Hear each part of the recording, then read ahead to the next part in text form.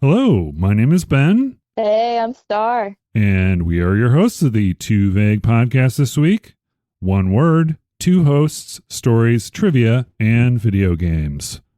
New guest today. We have Star on. Yeah. So, how is Star doing? Star's pretty good today. Do you normally refer to yourself in the third person?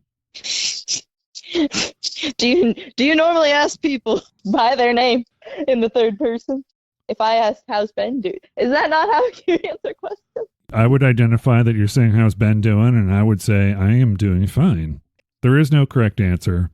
Whatever you want to do is fine by me, just as long as it's not hurting anyone. I was told recently I had homeschool energy, and so now every time I do something weird, I'm like, is that it? Is that why? It's homeschool energy. What does that mean? Gen Z knows exactly what that means. What is homeschool energy? It's very similar to horse girl energy. Okay, what is... okay, go ahead. Usually, if you're kind of like, oh, they spent a lot of time with grown-ups, or like, it's kind of like only child thing too, which I also am.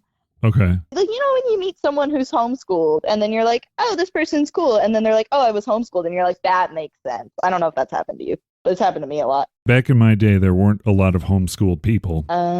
So it wasn't necessarily a thing. It wasn't as popular. Yeah. We had online school, too. The nearest equivalent, I think, to that would be private school. But I mean, even then, it's... I understand what you're going at now. Horse girl energy, that makes sense because they're very proper. Is that what you mean by horse girl energy? Well, yeah, usually it's the same. Like I was talking to this has been on my mind for a while. By the way. I can tell. Well, because I was offended. And then he was like, I didn't mean for you to take it that way. And I'm like, how did you mean me to take it? Right. I have lots of friends who are homeschooled and they're very lovely and not weird. Because like I grew up doing ballet and I also went to a Montessori school. And then my high school was special and I mostly danced. Like that's why I went there. We were like allowed to turn in our homework all at the end of the semester and get full points. So like it was special. It was in Portland? It was in Portland, yeah. Our high school mascot was the Democrat. Seriously? It was beat up donkey. Yeah, I went to Jefferson High School. Democrat, our mascot. Nice. One of the weirdest mascots I've ever heard of was the Freeport Pretzels. That was in Freeport, Illinois. Whoa. But anyway, so as you were saying, Montessori and then high school and then yeah. So, and then I was very focused on dance. And it's very similar with like, you see it in like gymnasts and like figure skaters. It's kind of that like hyper fixation. And like those are the traditionally girl things. Or if you play like an instrument, it's a different kind of like, I think you're like treated more as a grown up too. And like you're given a lot of responsibility and like this is your discipline, you know? So like you just have different social interactions. Right. That's my theory. I don't think I had much of that. You're part of a sport or you're part of a club or something that requires some sort of practice and discipline. That makes sense. Mm-hmm. And dance I would definitely put that in that category. Danced like 6 days a week, at least 5 hours a day when I was in high school, which is just crazy. Well, before we get into the word, which is dance related. Rhythm. Yeah, rhythm. You let I spoiled it. Well, that's fine. It's not really. And then the big reveal. Here's the thing. It's going to be on the cover, so I don't think it's spoiled too much, really. It's going to be the title of the episode, so Maybe they got it this far without realizing. But, you know what? I was going to say one other thing that at the time of this podcast, when this is put out, Valentine's Day would have passed. You doing anything special for Valentine's Day or? No, I don't like Valentine's Day. It's my least favorite holiday. It's a Hallmark holiday. It's like love should occur between people every day. Normally, right? Normally, exactly. Also, I know my dad would agree with me on this one, but Groundhog Day doesn't get enough love in February. So like, that's true. Pink hearts have to steal it from the groundhog. It's annoying. Pink, chalky tasting hearts. I feel like I used to just eat them because I was like, it's candy, even though it was gross, you know? Yeah. Like when you're 6. Valentine's Day is an excuse for me to say I used to say it more passive aggressively than I do now. Now it's just, I think it's funny. Wishing everyone happy VD. I've really been enjoying my alone time recently, so I'm going to eat chocolate and probably be in rehearsal on it. That sounds like a party to me. Exactly. Okay, before we get into the word, we usually talk about what's going on. Is there anything special going on these days? Or I mean, there's always something special going on because it's you. There's because it's me and I'm special. I do have a show in April coming up for dance, and I keep having rehearsals for that, and I'm making a piece with my friend, which is pretty cool. I'm excited for that. Nice. That's what's going on in my life. Are these traveling shows, or are these shows that you do at a theater in North Carolina? This one's a dance festival specifically. We had one in November that was a film festival mixed with dance, which was really cool. Oh, very cool. It was fun. I liked that one. And good audience too. What I've been doing, I just completed Soul Hackers 2. Solid. Are you familiar with any of the Shin Megami Tensei games? I mean, you probably, if you've got a Switch, you might have heard Shin Megami Tensei. I might have. I mean, they make the Persona games. Did you ever get into those? I don't think so. Okay. Shin Megami Tensei is a sort of a, I guess, a brand. I mean, not really a brand, but they have a bunch of different games underneath this universe. Oh, I always see them on the store. Okay. When I'm looking for games. Maybe I should play. Okay. If you like turn-based JRPG style stuff, then yeah. But if you want something more action-oriented, it's definitely not action. It's this turn-based sort of combat that is pretty popular. I generally like the action RPGs more than slow ones. Action makes me stressed. That's why I watch other people play games. Like shooters make me stressed. Oh. Laser tag makes me stressed too, though. Laser tag? I love it, but I get nervous. Like I get anxious. Okay. All right. I feel like it's similar. There was a time when it was my go-to first date was going on laser tag. I want someone to take me to laser tag. Why hasn't that happened? Do you have a lot of laser tag places up in North Carolina? I don't know. I could not tell you. There's one down here. There's like a golf and stuff. I think maybe it was golf and stuff. It is golf and stuff because I had my birthday there. Okay. I did the laser tag there. That's the one in the building, right? It's like in a big building. They have all the neon lights. That's probably the coolest in Tucson. They have one that's like in a jumping castle, which is super dumb. It's like laser tag in a jumping castle. Come on. How are you supposed to aim? Exactly. And then also, this is not a show about laser tag, but there was this place called Photon that had these, like a helmet. It was very bulky. Like you would put on this sort of vest thing that had a sensor in the front and it was connected to this gun. And they had these Photon facilities where you would go around and you'd play laser tag with each other. It wasn't a visible line. It was invisible. So you're shooting at something, you don't know if you're hitting it or not. Nice. Battleship. It was the early days of laser tag. But anyway. Wow. So, and then also there was the home version, but it's not a show about There's a home version? There was. Worlds of Wonder came out with it. Laser tag. It was actually... Does laser tag count as a video game? I don't think so. I wouldn't call it a video game. No. I guess it doesn't have a video. I guess it's more like Nerf or LARPing. Anyway. Do you LARP? No. Okay. Do you? No, I do not. No, I do not. Okay, cool. Is there a bad thing about LARPing? No. I mean, are there LARPing people like there are like horse girls and... See, that might be the equivalent.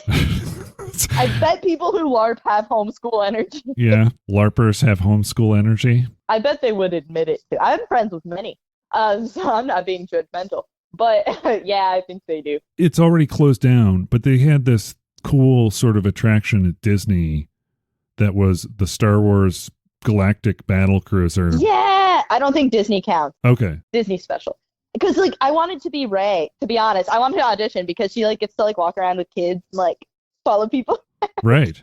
That's the thing. On the Galactic Star Cruiser, that's the hotel, right? And it would have all sorts of interactive things where you're playing the role of a character on the starship. And then you land on the surface and go to Tatooine, and that's where you do all your stuff in the park. Yeah. You also have a mission or you can take on a mission for like one of the factions or whatever. I don't know if they're going to reopen it or do it again. Things like that are hard. It sounded like it was a fun thing to do. I'm sure. But it's like hard to coordinate. It happened at the wrong time too. That that too. With the pandemic. And it was just like, if it would have come out. That's so unfortunate. But like lots of things happened with the pandemic that were probably more unfortunate. But This is very true.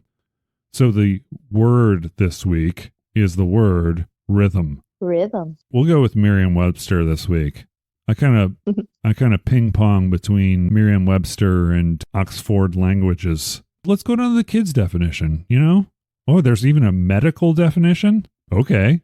Is that for your heartbeat? It says a regular recurrent quantitative change in a variable biological process as the pattern of recurrence of the cardiac cycle or the recurring pattern of physical and functional changes associated with the mammalian and especially human sexual cycle. And then it says rhythm method. Oh, I don't want to know. Use protection, folks. Don't use the rhythm method. That doesn't work. Not that I know. I mean, I don't need to hear. I mean, I kind of know because I... Please go on. No. Let's not talk about that. That's the medical definition. But let's go with the kids' definition. A flow of rising and falling sounds in language that is produced in verse by a regular repeating of stressed and unstressed syllables. In language? A flow of sound in music having regular accented beats. Accented. And then we've got a particular or typical pattern of rhythm, a movement or activity in which some action repeats regularly. The rhythm of breathing. Another body rhythm. Breathing is one, yeah. It's mid-16th century also originally in the sense of rhyme from French, rhythme. I don't know. Do you speak French? I don't. Or via Latin from Greek, rhythmos, related to rhyme to flow. So that is rhythm. Let's move on to the question at hand, which is, what do you, Star, think of when you think of the word rhythm? What is the first thing that pops into your head? Dance. Well, yeah. It's something that I really love.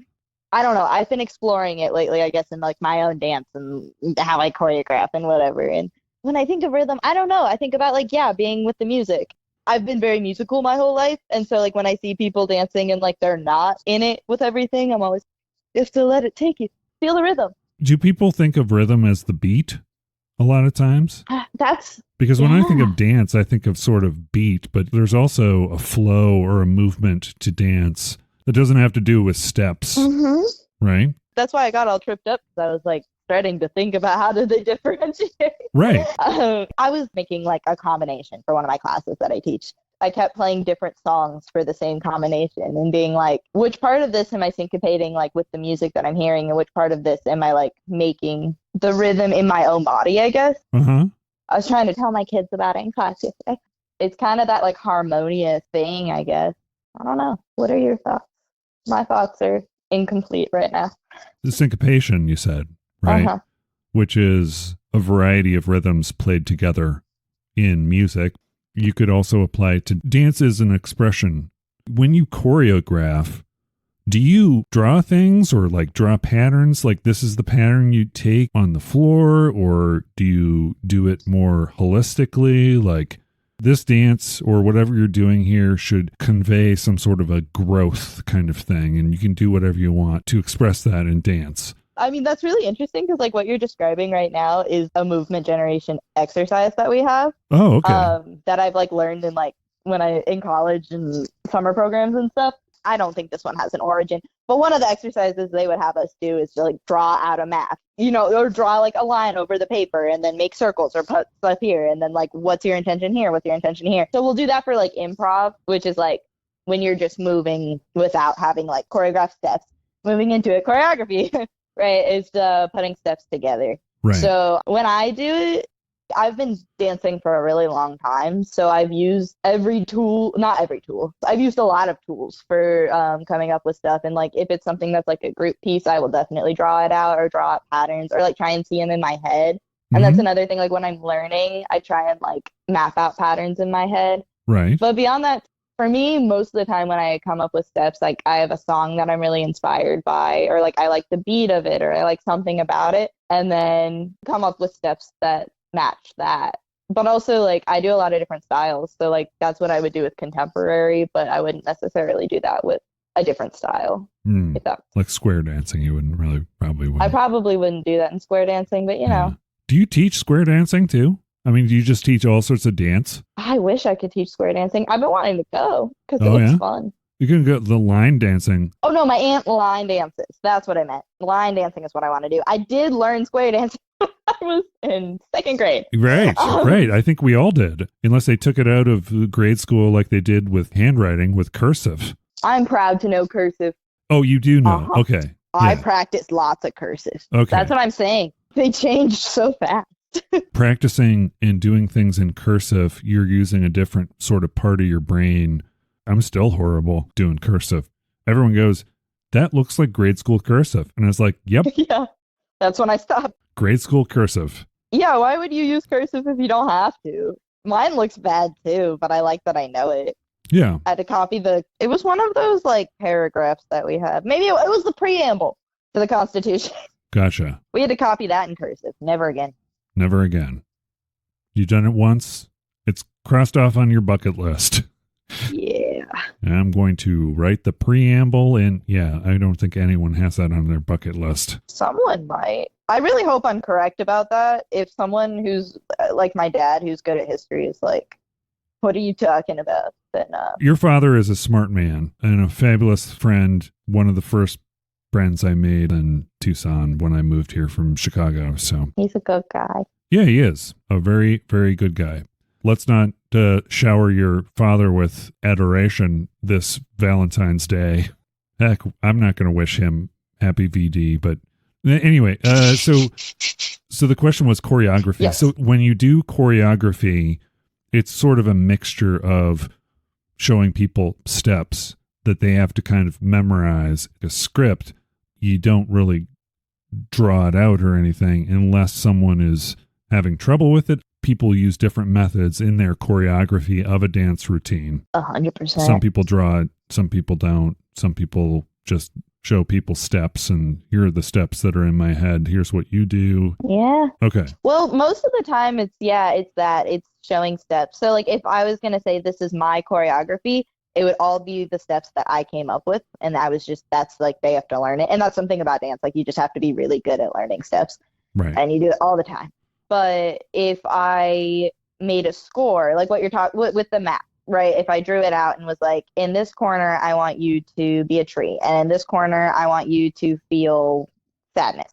That's called a movement score. It's like a music score, but it's like an improv score. I think they'll have that in music too. It's like your guidelines of what you're following for your like on the spot movement kind of stuff. But if I made a piece that was that, I'd be like, the choreography is me plus my dancers because they're generating their movement and that's coming from them, if that makes sense. Their steps. Okay. If I was clear about that.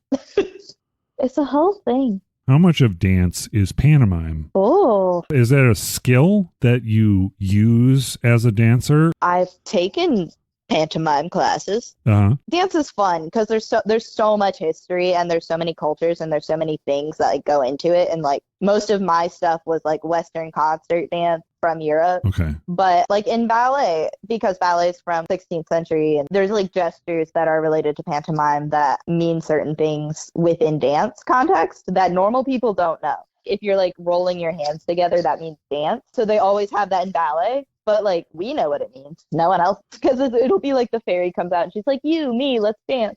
No one knows that. So it's like a secret code. Yeah, I would say. And then when you get into like experimental work, I would say some of that's like all pantomime.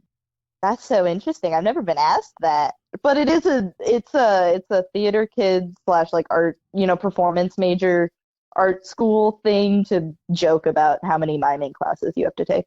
Oh, is it? Okay. Yeah. I had a game that I wanted to make at one point in time that was, this is silly, but it had to do with mime. It was a game where there was a story that involved a mime world and the real world. And there was a police officer in the mime world and a police officer in the real world who was trying to solve a crime involving a mime. And they switched police departments, kind of an exchange program. I don't think that'll ever happen, but it was just kind of just a thought that I had. That would be an interesting story. It's just I like that. Yeah. I'd play it. Maybe just write the story. I mean, it doesn't have to be a game, right? It can be another expressive medium. That's true. So, anyway. Or you find a friend who's really good at making video games. That's my plan in life. Oh, is it? Not video games specifically, but I like to, it's because I always am like, oh, I want to do that, but I don't know how. And then I find ways to make friends with people who know how to do the things that I don't know how to do. Okay. And then we collaborate. And I'm like, these are my ideas. And then they can help me. That's how I got into podcasting. I appeared on someone's show. I did one of those Patreon things where I would give them money back when I had a little excess money.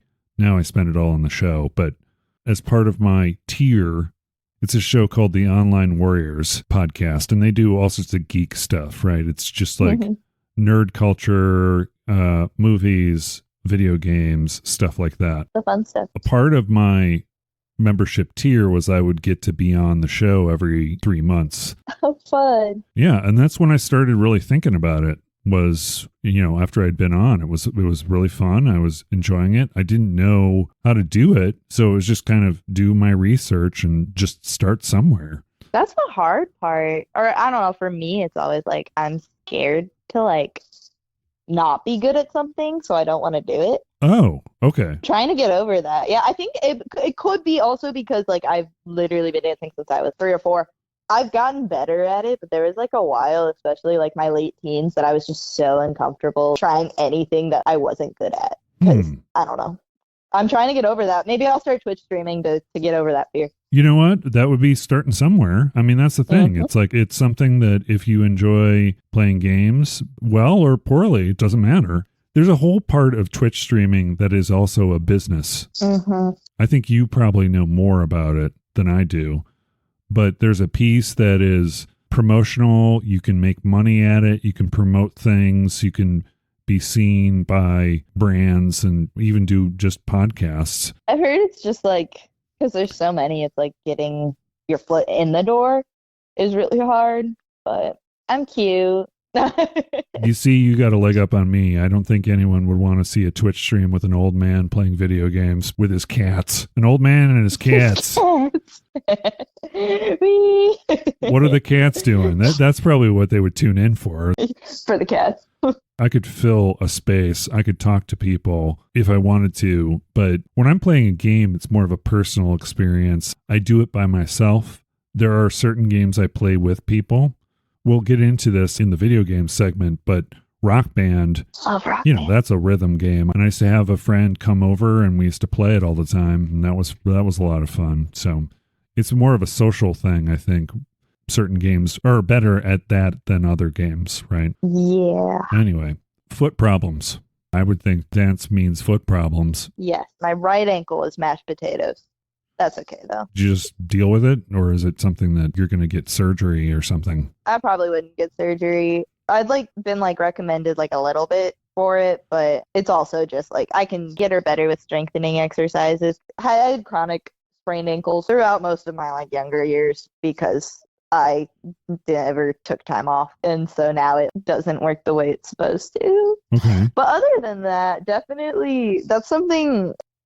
Yeah, because we'll dance barefoot a lot too. So point shoes, right? Everyone knows point shoes hurt your feet because you're on your toes. It's gonna hurt. Right. But the amount of times I've split my toes open on stage, that's probably more common. My point shoes, I don't do as much of that anymore. But the ballet, you mean? To an extent, yeah. Ballet, point work, classical ballet, I guess. Right. I did it in the spring of last year though, so it hasn't really been that long. Yeah, when I dance barefoot now, my last show I was in, I literally got off stage and I was wearing a white costume, and you're already paranoid when you're in a white costume. And then like I had like blood all over the bottom part of my skirt. I was like, how did that get there? What happened? Right.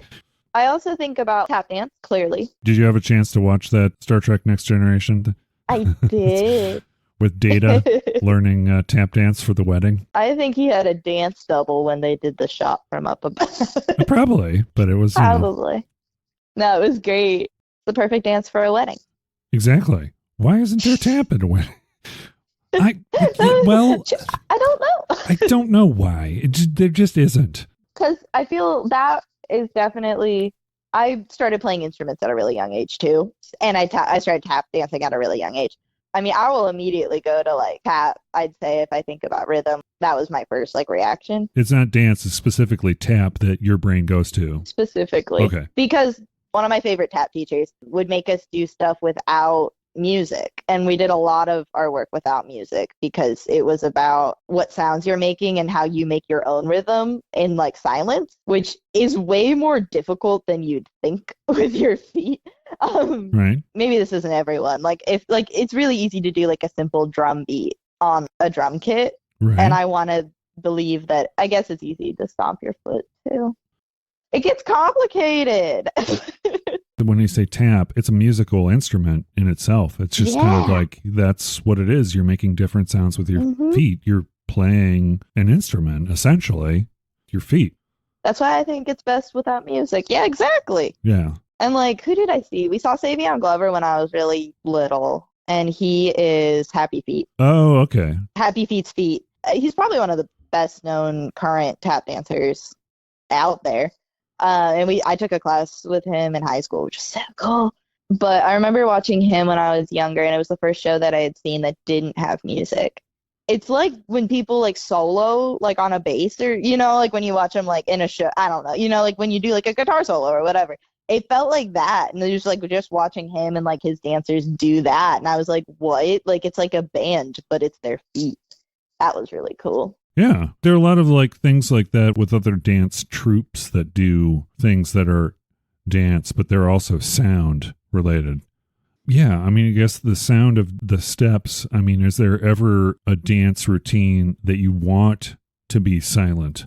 Ballet. So ballet, you want to be silent. You're not making any noises. When you dance, you don't want to make noise. No, like the music, obviously. But right. That's something in ballet, which is also traumatic because you're supposed to be like lighter than air. You're taught your whole ballet existence, like how do I run without making sound? How do I breathe without looking like I'm breathing? Like those are all little things we learn. Oh, wow. Our teachers being like, you sound like elephants. Like you have to land your jump. Like you have to be quiet, especially with point shoes. Like you're supposed to be quiet in them, which they're like bricks on your feet. I'd say that's the only form that like it's taught to you that you have to be silent. You know what? I'm going to send you something to watch really quick. Did you ever see the movie Top Secret? I don't think so. It's a Zucker movie. So, like the Airplane. I'm sure your dad, you used to watch Airplane, but it was... I like Airplane. Val Kilmer, I think one of his first movies, actually. Oh, cool. But there's a sequence where they're at the ballet, and I want to send it to you really quick here to listen to or watch on your phone. Hold on. I opened it in YouTube. I have a minute left. Okay, cool. Can you see the guys? They have big cod pieces. Yeah, I do. Okay. There's something sad that took me really long time to notice because I've been doing ballet so long that I don't look. Okay, yeah. We just choose not to. Right. That's so funny. Okay, that makes... Oh, and now I see it. Now she's walking on them. Okay, so you see the thing where they're walking across them? Or yeah. Stepping on them? That's funny. I'm disappointed in myself for not noticing that sooner. The last part is just the dancer using them as little footstool things. Seems painful. Yeah. I wouldn't know. Yeah, you wouldn't. That's true. So yeah, that's the ballet made me think of just goofy stuff. It's funny to me because dance was my whole life. And so like when you talk to other dancers, everyone has like similar, like similar things about it, which as with like anything, right? It's so niche that like when I talk to other people who just never, like so many people have never seen ballet or like they've never gone to a ballet because honestly, I probably wouldn't. Like, I mean, I'm from Chicago and I've been to a couple myself, just because my parents like to kind of expose us to different things. There's good companies there. Yeah. Yeah. That's cool. Good. Which ones did you see? I don't recall. Do you remember? No. Did you see the Nutcracker? I know we saw one or two of them. Oh, I did see Nutcracker. Definitely saw Nutcracker. I should have made this joke when I was watching what you said, but I should have said it's the Nutcracker. That was actually from the Nutcracker, wasn't it? Yeah. Yeah. It was. It's Waltz of the Flowers. Yeah. She really did a Nutcracker. Yep. The Nutcracker. There's a Nutcracker song on the game I'm going to talk about. Did you also have a chance to listen to that song I sent you? I did have a chance to listen to it, and I couldn't figure out why I knew it. And I think we listened, I think my music teacher, he was also a big nerd, but I think he played it in one of our classes because I was like, I know this. And I remember him talking about it, but that's all I remember. So talk about it. Yeah, because I think of that song by Peter Gabriel called Rhythm of the Heat. It's kind of an interesting song. It's unmistakably Peter Gabriel, if you're familiar with any Peter Gabriel music. That's what my music teacher said. Oh, yeah? Okay. From what I remember. He knew everything about music. Okay. Crazy. Peter Gabriel is, I don't know if it's accused, he includes a lot of world music, quote unquote, world music. That's why I know him. Tribal sort of things and all sorts of a mixture. And also WOMAD. WOMAD was a festival in England. Yes. World of Music, Arts, and Dance. That's what it stands for. I learned a lot of things. I don't retain a lot of, but I feel like we talked about it. It's one of the things that Peter Gabriel invested in. Okay. And he performed this Rhythm of the Heat with drummers from Africa and dancers from China as a part of this whole thing. He used to be, this is kind of funny, he used to be in a band called Genesis, which you've probably heard of. Yes. Peter Gabriel used to be the front man on the first 3 albums, and then he separated and did his own thing. And when he left, that became Phil Collins. Ah. So the first WOMAD was such a failure, he lost some money that he had to play a reunion concert with Genesis to kind of bail him out of the investment. It's too experimental. It's okay. But then after that, it started branching out into different countries and more of a, it's just world culture and music and arts and things. The Americans didn't like the drum beat. Well, the English didn't like the drum beats, maybe. I've taken a lot of classes. We've learned something about that. Yeah. Sorry, yes. Oh, I was just going to say that the song Rhythm of the Heat was about what it was about, but if you have something to add. I read that it was about Carl Jung. Oh, yeah. Yeah, exactly. Yeah. I did my homework before the show. Okay, well, that's good. I listened to the song and I was trying to figure out why I knew it because I was like, I know this song. Why do I know this? Where do I know it from? It was my class. Yeah, it said that he was inspired by Carl Jung's experience with, you can explain it. But yeah, no, he was with the African drumming and then he got really scared. Right, exactly. Peter Gabriel learned about it in Jung's book, Symbols and the Interpretation of Dreams. Jung was studying. Is that how you pronounce it? I only say that. It might not be. My mom is getting her doctorate in Jungian psychology, and she also studied German. So that's what she says. Carl Jung. Okay. Well, but everyone else does not say that. I mean, in America. So Carl Jung. No. I think she thinks it sounds better. Makes it sound smarter, I guess. He was studying the collective unconscious and was afraid he would go mad as the drummers and dancers let the music control them. So throughout the song, that's essentially what Peter Gabriel captures, that feeling through his lyrics and the song itself. So it just kind of builds. It was originally called Jung in Africa. The end of Rhythm of the Heat uses the Ghanian war dance drums. I read that. The song itself is inspired by that, but it just has a really world music sound to it. Really great song. I didn't know it was about specifically that. So that was interesting to me when I did the research. But then also, in Your Father and My Generation, it was used on season 1 of Miami Vice. Oh, see, I never watched that. So there you go. Miami Vice. Oh, yeah. Natural Born Killers. That was also in the movie Natural Born Killers, too. So that's what I think of. I think of Peter Gabriel's The Rhythm of the Heat. That's cool. And I always liked his music. I was a big fan of him and Genesis. So Do you have any bands that you are really into that kind of inspire dance? Ooh. Are there things that inspire dance, like artists that you listen to inspire dancing, or do you just dance to anything? For that, I'm laughing because on the last episode, your father mentioned something about the Dead Milkmen, and they have a song. Yeah, they have a song called "You'll Dance to Anything." They do. I like their songs. They make me laugh. The way I do music is very different than I think most people that I've met, because like I'll have like a favorite song in the whole world and not like any of the other music that that band makes or whatever, or I won't like it for a long time. So like a lot of it is just me listening to the music that I like.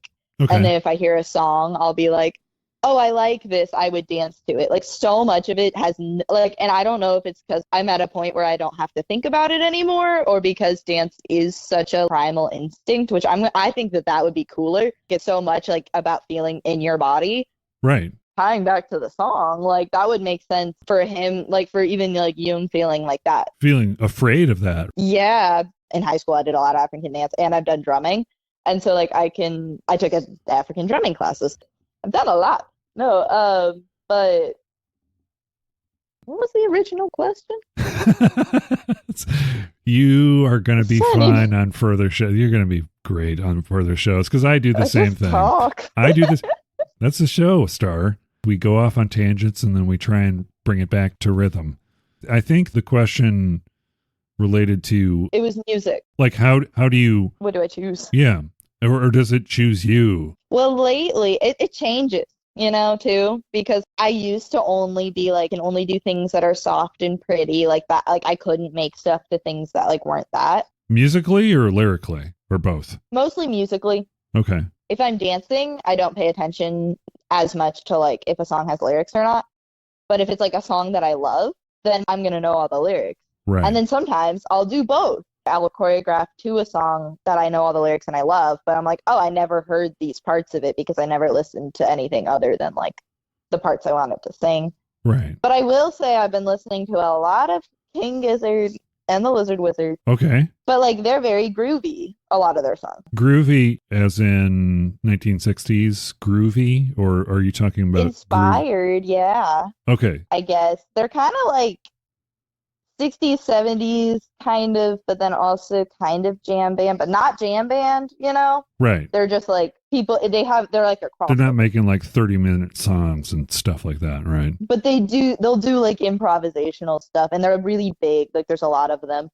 There's like a new thing coming up with the young people, like where it's really funky again. It's not jazz, but I guess if you like, it's people who are jazz musicians, you know, inspired by that. Like when I think of funky, I think of Stevie Wonder stuff. Yeah, I'd say. Or like, do you know Alt J, the band? Alt J. Yeah.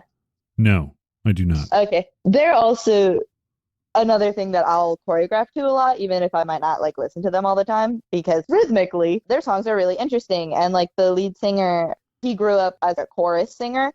So a lot of the songs they have will like have a lot of overlaying vocals, which is really cool. Okay. But it'll have cannons and like overlay with the vocals, and then like a really like, it's not necessarily a groovy beat, but I want to say it's a groovy beat. You know, like it's like a pushing. I wish you could see the gestures I'm making because my words aren't working today. That's fine. Pantomime. I'm real good with the pantomime. They have sick beats. Sick. That was our joke. Do you make fun of people who say sick, or is it just do young kids say sick? Well, they might. They might. The joke is, I don't know what the people do. I'm a homeschool energy. I don't know what normal people do. Okay, so your father and I used to work with this guy named Jesse, and Jesse and I had the same birthday. But I mean, not we weren't the same age, right? He used to say sick about everything. So that was sick. This is all sick. This is sick. I feel like it's still a thing in certain communities. Okay. All right. Fire is a big thing that people say. I know the fire thing. That might be a millennial thing, and I'm just hanging out with people older than. I don't really know, because like that wasn't like, we didn't. Maybe I have homeschool energy and I didn't say it. You just fall back on the homeschool energy. It's like, no, I'm questioning everything here. Don't question. No. There's no good or bad about homeschool energy, whatever the hell that means. It just is. It just is. It's like people calling me a nerd. Are you saying I'm a nerd because of my glasses? Are you saying I'm a nerd because I like nerdy things? I mean, what does that mean? It really means nothing. It's just I feel what I feel, and that's who I am. So it's all meaningless. Exactly. But back to sick beats. I think this is a funny story. Dropping some sick beats. I don't know how aware of you are, but my generation is the generation of SoundCloud rappers. Okay. Yeah, everyone has Ableton or whatever they can do to make their beats on their computer. And SUNY Purchase, the school I went to, Stanley Tucci also went to that school, so that's my claim to fame. Not when I was there, but I'm not going to go on to all the famous people that went there. Anyway, back on track. There's a major called studio production, and there's studio composition, which is songwriting, and then studio production, which was technically it's production, which is really cool, making the song sound good. But all of us were just like, they make sick beats because half of the major did. That's all they like. Half of them were just like, I want to be a SoundCloud rapper, which is great. I love some. There's some really good SoundCloud rappers. There's a lot of them, and the boys have a certain energy about them. And they're the kind of people who would say sick, which is why they make sick beats. Gotcha. Okay, I think we've come full circle. I do understand sick beats now. Excellent. Do you have any fond memories of your youth playing video games that were quote-unquote rhythm games? The Disco Game and Club Penguin. Club Do you Penguin? know that? No. Really? Club Penguin online game. Yeah, it was like one of those MMOs. Released in 2005. Okay, so yeah, it's dead now. It was on Flash. They did have one that came out on the iOS, I thought, but it wasn't very good. I do think it was on Flash Player. I know that Club Penguin shut down on its own because Disney bought it and then they shut it down because it wasn't making enough money. And then they made the stupid app that was stupid and it wasn't good. We don't talk about the app. Yeah, it was like part of our childhood. And then they made like, we don't need to get into this, but like they kept making, like people would like make like their own servers for Club Penguin or like their own like, they'd like copy what it was and then they could make their own website. I don't know technology, but you know. I understand. Okay, so. You know what I'm saying. Right. And then so there was like Club Penguin Online and Club Penguin Rewritten and like people like went back to play it. Then they had drama with each other. It was a whole thing on the internet in a very specific community. But I used to play this game back in 2005 when my friends were like, do you have an account? And I was like, no. And it was the funnest thing ever. You're in a town, basically, a penguin place, and it has one of those maps, and you can click on the places that you go. And one of them was the square. That's where they had the disco, and then you could go into the disco, and then it was like a club. And so they had like a game that was like the dance game in the dance club. Okay. And it was the 4 keys, like the arrow key. Up, down, left, right, like Dance Dance Revolution was in the arcades, like that. Yeah. And I was really good at it. And I remember playing it and being like, wow, I'm really good at this game. So I played it over and over and over again. Because when you played games, you'd also get coins. So that was my go-to coin game. So you could buy things in the game. Cosmetic stuff, right? Yeah. I would do it to buy clothes. Or Puffles. Oh, Puffles. They had pets. They had pets called Puffles. Mm-hmm. All right. And you could upgrade your igloo. And you had to have a membership to do any of these things. So, like, I had to beg for a membership, and then I'd get one for, like, a year, and then I wouldn't have it anymore. I remember it was the cycle of, will I have it or won't I? For years. That's how all those games work, because I would switch it between the different online games that you needed a subscription for. There was Wizard 101. Hot Tropica. Those were so fun. That was a little bit out of my age range at that point in time. Yeah. I also did play a lot of Dance Dance Revolution. We had it on our Wii. We had the mat that you like fold up. Right. Did you see the original NES mat? I sent you a video about that. It was this aerobics game. Yes. With the numbers. Yeah. That was weird.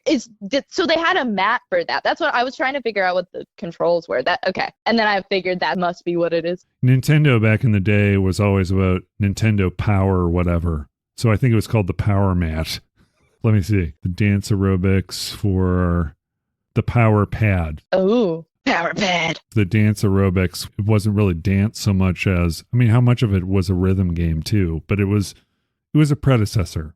Music was kind of lame, but it was NES music. So it had like automated voice go 1, 2, 1, 2. Anyway. You know the Wii Plus, how it had the balance pad? Uh-huh. They had like a stepper. What are those? Like the aerobics classes where you step onto the thing and you step down. Step aerobics. Step aerobics. Yeah. They had that on that. Okay. It reminds me of that. I was looking through the list of all these pad games, but the one... Yeah, the power pad. It had 2 sides too, actually. There was one side that was... It had 2 red dots in the middle, 2 up above, 2 below, and then 1 to each side of the red. And then it also had the ones that it used for the aerobics, which was the 1, 2, 3, 4, 5, 6, 7, 8, 9, 10, 11, 12 orientation. I was looking at this list of games. One was like jogging. There was one that was like a jogging game. When you were saying that, I'm like, how many games could they have made? I don't want to jog on a pad. The answer is they made 11 games for it. Thank you. So there was like athletics, there's running stadium. What do you do? Run in place? You just run, yeah. There's one called Jogging Race. Another running. Which is a jogging and hiking game released in Japan in 1987. There was one called Maze Epic Battle. That's the translation, which is a maze exploring game. That's kind of cool. Maybe. Just a maze? Yeah, I mean, I don't know. I was going to say, in my head, that sounds cool, but then if it was like the technology. Right. That was the thing, too. The technology. I think it was, Nintendo liked to try things. Yeah. Right. Like the Wii U. Like the Wii U, and then before that, there was Virtual Boy. If you ever have a chance to look up Virtual Boy. I actually do know that one. I watch weird video essays sometimes. The Virtual Boy is like, Virtual Boy. Wow. It was awful. It was awful. And really bad for your eyes, too, apparently. There was one called Manhattan Police, which is a game where you would chase criminals and jump over things to catch them. Parkour! Yeah, pretty much. Parkour. Yeah. Parkour. That's kind of fun, though. Let me see. Player had to step on buttons corresponding to each of the cop's actions, such as moving, jumping, and clubbing. Oh! Clubbing. It's more fight the police. That doesn't sound good. Clubbing? GTA. I don't want to be clubbed. Yeah, don't be. Unless they're like going to a rave, I don't want to be clubbing. Then clubbing is fine. I don't think that's what they meant. I mean, it was a dance pad, but it was not that kind of clubbing. It wasn't a dance game. That'd be funny. No seals were harmed during the making of this. Anyway, they had all these silly games, but there was one that caught my eye because I think this has got to be a bad translation. It's called Rai Rai Kaion Shis Baby Kanoshi no Amida Daiboken, which what they have translated here is Come, fallen corpses, baby fallen corpses, Amida great adventure. That's the translation I see here, but I don't think that's actually what it is. There was apparently a TV show. I look at this game and it's just dumb. It's just like you would pick one of 3 paths and you would reach an ending, one of 3 endings, but you just had to walk and dodge things as you were walking up a screen, which just seemed boring. Yeah. But Dance Dance Revolution was not boring. In fact, no. How good were you at Dance Dance Revolution? I think I was pretty good. And I can testify to this because when I was 19, me and my best friend growing up, we would have video game like play dates on Tuesdays.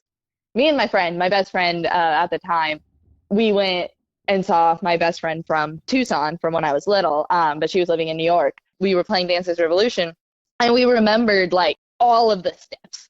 It was crazy. Lady Gaga, Just Dance. We would always do that one. And I still remember, like, I'll hear certain songs, or there was a Pink song, the So What? Every time I hear it, I think about the Dance Dance Revolution steps. Like, they're in my body. You were that good. Like, you could play the double one, like, that uses both pads and stuff. Were you that advanced? Or I wasn't that good, no. Okay. I wish. Okay. That'd be cool. Yeah, that was towards the later game releases. They had the double. And then I saw videos of people like jumping over the bars, and they would. Yeah. Yeah. The bars there so that you can move your feet crazy fast. Yeah. I'm not that good. I think I could get up to whatever the average. That was about it. I wasn't horribly great, but That's fair. When it came to rhythm games, Dance Dance Revolution was more having fun with friends doing it in the arcade. But there was an arcade game that was in the same series that Konami, they had a company that was split off that did music games called Beatmania, which was Beatmania. It was essentially Dance Dance Revolution, but it was the first game in the Beatmania catalog. On the side, little lines would appear and you would press buttons that would correspond to different DJ sounds, and you would also have a scratching turntable. So it was like you were doing a DJ thing from back at like clubbing back in those days.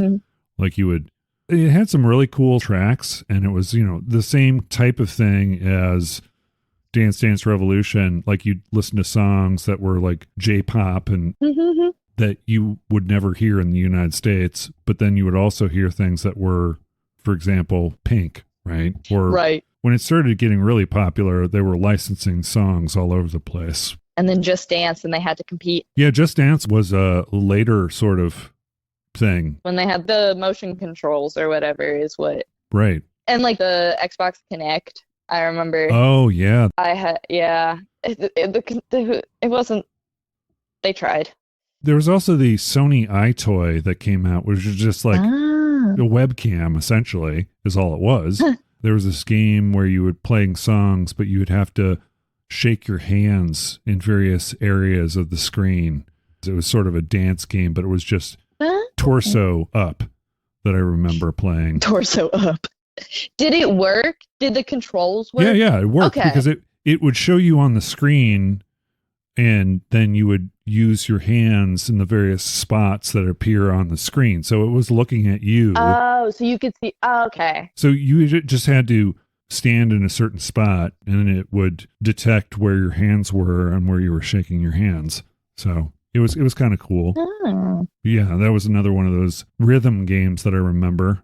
You were talking about the Taiko drum game that you would play. Oh, yeah. That's something that you played recently, or not in the arcade, I'm guessing, right? Just no. Switch. Was it actually on drums that you were playing it on? No, you can buy a kit and get it on drums. We were just doing it with are they Joy-Cons? Is that what they're called? Yeah. The thing about this one, I don't know, it did something different. I don't know. I can't really remember. I'm not good at describing things, as we've clearly found today. I'm going to work on that for next time. Okay. It was really challenging, but it was challenging and still on beat, which is something that like some of the beat games I've played haven't, like they don't, or the way the controls are, you have to press it before the actual like beat is, which like bothers me and only probably me for like dance reasons. But this one wasn't like that. It was really tight, really on tempo. Yeah, I didn't blink. There is latency as far as between signals and stuff that people, have to adjust if they're playing like Rock Band. There are adjustment settings because of that latency, and you just tune it to what you are comfortable with. And maybe it's just something that you noticed and no one else did because they're not dancers, right? So yeah, that's interesting that you found that was. It bothers me. Yeah, no, that's how either Rock Band or Guitar Hero is. You have to push it earlier, and right. I do it because I thought you get the body rhythm of going earlier than the music. I don't like adjusting. So like this one I didn't have to adjust to, and everyone was really bad at it and I wasn't. So I was like, okay, I'll be super competitive. Are you super competitive with these games? Or no? I am way more competitive than I deserve to be with all games. Okay. I'll go into Mario Kart with so much confidence. Right. And so much drive to win. And I should, but I don't. Okay. Yeah. That's how it goes. I really think I'm going to too. Yeah, I mean, Mario Kart is one of those things where there's so many people who do all so good at it. Like even back in the old days, right? I mean, they know how to drift. Exactly. I had a tough time drifting. I think there was a Mario Kart game that I played when I had a Nintendo DS back in the day, and it was really, really tough. You could connect it to, the network and play against people from all across the world. I got my butt handed to me so many times on that thing. It was just like, it was not fun anymore. Yeah. One of the things I want to do if I go to Japan, there is a place, and I don't know if it's still around. This is pre-pandemic, but there is a go-kart place where you can rent go-karts and drive in Tokyo through different circuits. But it's like you're driving go-karts in Japan. It's like, it's Mario Kart. You're in a city. Yeah, exactly. It's like live Mario Kart. Japan's they have the funnest things. Yeah. Or I hear about the funnest things. I don't know. I haven't been, so I wouldn't know. But I want to go. Likewise. It's something I really want to do eventually. First things first, pay off debt. That's what. But anyway. Yeah. Oh, the other thing I told you about was the maracas. That's another one of those rhythm games I remember was Samba de Amigo. There were 2 games on the Sega Dreamcast that I would consider rhythm games. One was Space Channel 5, which was basically they would say a pattern and then you would repeat the pattern with your joystick. It would be like left, left, right, right, shoot, shoot, shoot. And then you would do that with your buttons and the joystick. And it was like Simon. You ever play the game Simon? These are the 4 colors where you have to repeat. Yeah. It was sort of like or like that. a Bop It. Yeah, it was like a Bop It. Right, exactly. Yeah. Yeah, Bop It. Squeeze it. All the things. Yeah, all Twist the it. things on it. Yeah, twist it. The other one was the Samba de Amigo where you bought these. It was a maracas controller. It was kind of like a mat, and the mat had a little thing, a sensor on the top that would judge the height of your maracas as you were raising and lowering them. So these little dots come out from the center, and you have to shake the maracas to the beat with those dots, right? And then you have ones where a pose would appear on a screen, and you have to strike the pose. But it was like one of those early rhythm games that I thought was really fun. Also very different, but sort of Dance Dance Revolution adjacent, but more with your upper body. Yes. Less feet control. Less feet, more upper body. Yeah. But I think it's really interesting when like big like the big franchises, they have like a spin-off beat game. Like I didn't really realize that so many did. I don't know. Like there's a Zelda one. I looked at it and I was like, I don't want to play that.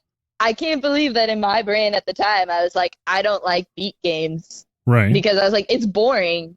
And then I thought about it because we've been talking about it so much this week. And I'm like, these games are fun. Like, they're so much fun. And, like, maybe for me, too, part of it's, like, that kind of, like, you do fall into, like, that kind of rhythm of, like, oh, I'm listening to music and it feels really natural and, like, I guess, like, human to an extent to, like, try. Like, I get real, I don't know.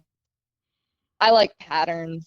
Yeah, no, patterns are... I get real into them. Yeah. I have so much fun. That's pretty much what rhythm games, and to a lesser extent, all video games have to do with some kind of rhythm or patterns, right? Patterns of movement, patterns of turns or whatever. Rhythm games kind of died at one point, I think, because of people didn't want to buy specialized controllers. You can only fit so many. Yeah, but now they're kind of coming back. One of the early rhythm games that I remember playing on my PlayStation 2 was this game called Frequency, and there was a sequel called Amplitude, but it was basically a ship and you would travel on this track. There were tracks that were side by side with each other, right? So you would switch between doing beats on one track and then switch to another track and complete them. They have a current version of Amplitude that came out for the PlayStation 4, I think, 3 or 4 years ago. But it's just a fun beat game, but it has to do with cool. Yeah, you just complete different tracks and what those I think I've played this game. Oh, yeah? Yeah, and it actually plays, it finishes the track in the music, so the music changes and adds things as you continue and complete those different tracks. So you're actually playing the music or the lyrics or the drum beat or whatever. That was one of my favorite video games. You know what? One last thing before we go. One game that I just recently started playing, and maybe I'll just talk about it on a different episode in more detail and maybe do a review of it. But I've been playing this game called Trombone Champ, which recently came out for the Nintendo Switch, but originally it was on the PC and then it came to the Mac. I bought it on Steam because it looked ridiculous. It is a game that sort of started out, it was sort of a joke. The designer, Dan Vecchitto, Vecchitto, Vecchitto. Vecchitto. Okay. I don't know. Is he Italian? I would guess. I would think. Yeah. But anyway, he designed this game that was started out because he had this idea of just a fake like arcade game that was a trombone slide controller. So like that would be like the arcade game with a trombone. Like that was the joke. Like I want to come up with a game that is a rhythm game that's, you know, got a trombone attached to it. And so then he started thinking about how, you know, track balls and, you know, touch pads and other things work.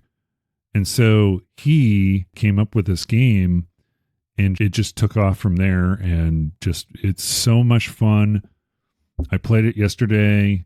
I'll put a link to the Steam page and maybe the Switch page too in the show notes. It is so much fun, ridiculous fun. After every song I played, I was just laughing. Just like, it was just, people thought I was nuts probably in the coffee shop. I was just playing it. And at the end of the track, just laughing hysterically.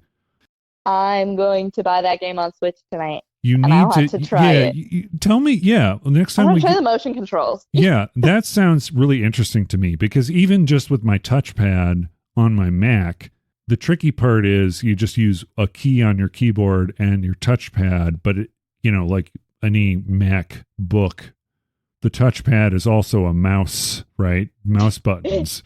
So that can get a little tricky when you're trying to hit. I hate touchpad. I don't think I could play games like that. Yeah, I mean, it hurts. Oh, okay. So it hurts like your my hands? hand, I get like, I don't, yeah. Okay.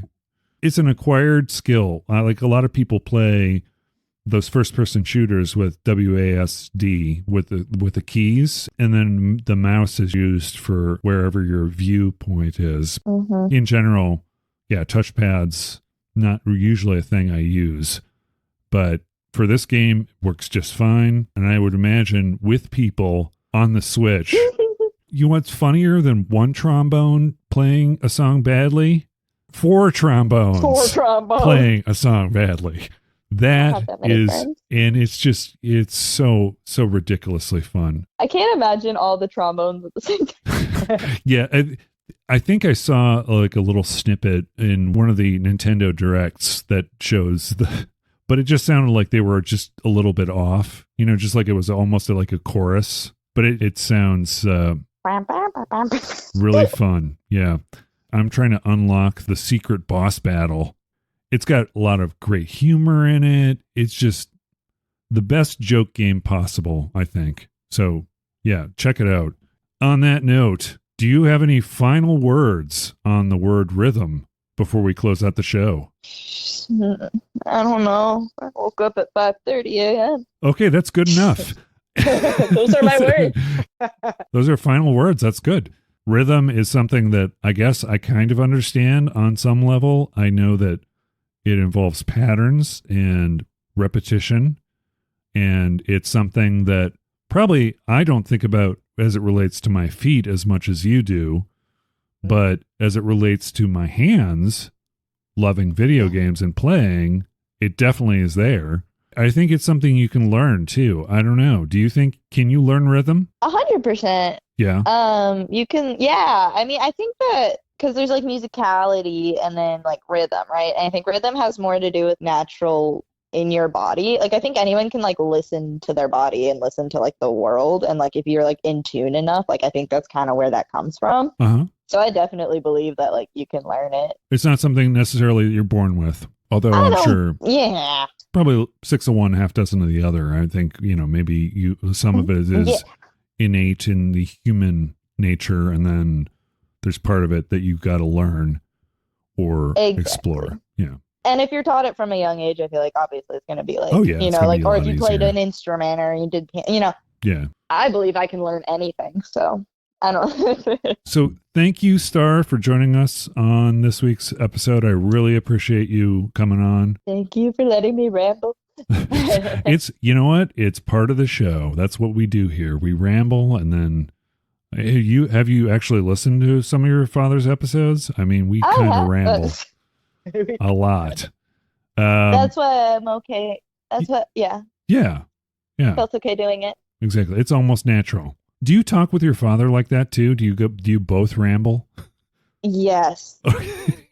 Okay, but I talk to both of my parents like that. Okay. All right. And I think that's why I have homeschool energy. It all comes back to homeschool energy, I guess. That should be the word. I just learned something new about homeschool energy. Thank you, audience, for joining us on this week's episode of the Too Vague Podcast. My name is Ben. My name is Star. And we've been your hosts. Have a wonderful night. Bye. Bye.